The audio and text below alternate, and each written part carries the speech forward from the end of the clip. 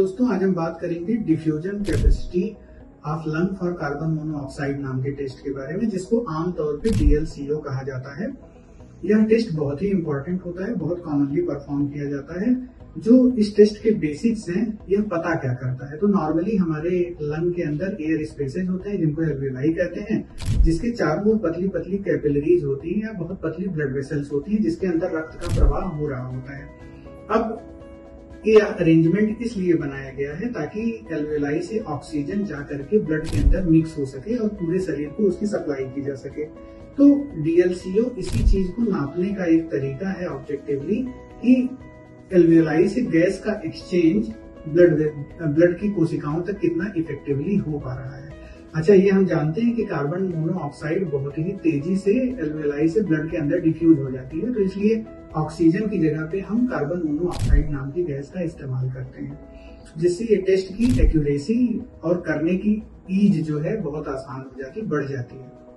अब यह टेस्ट इस्तेमाल कब किया जाता है? तो जनरली इस टेस्ट को वेरियस डिसऑर्डर्स को डायग्नोज करने के लिए एक कॉम्प्लीमेंट्री टेस्ट की तरह इस्तेमाल किया जाता है, स्पेशली PFT के साथ इसको कंबाइन करके इस्तेमाल किया जाता है। ये बहुत सारी कंडीशंस में DLCO कम हो जाता है, जैसे COPD नाम की बीमारी हुई।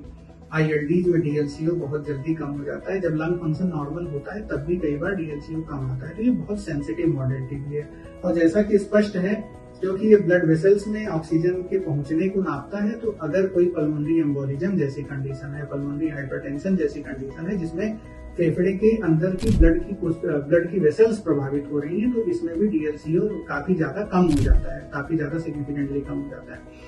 तो अब इसके लिए आवश्यक ये है कि क्योंकि ये कार्बन मोनोऑक्साइड के डिफ्यूजन को नापता है, तो टेस्ट से पहले स्मोकिंग वगैरह करने से यह टेस्ट गलत आ जाता है। तो स्मोकर्स को उस दिन स्मोकिंग अवॉइड करनी चाहिए।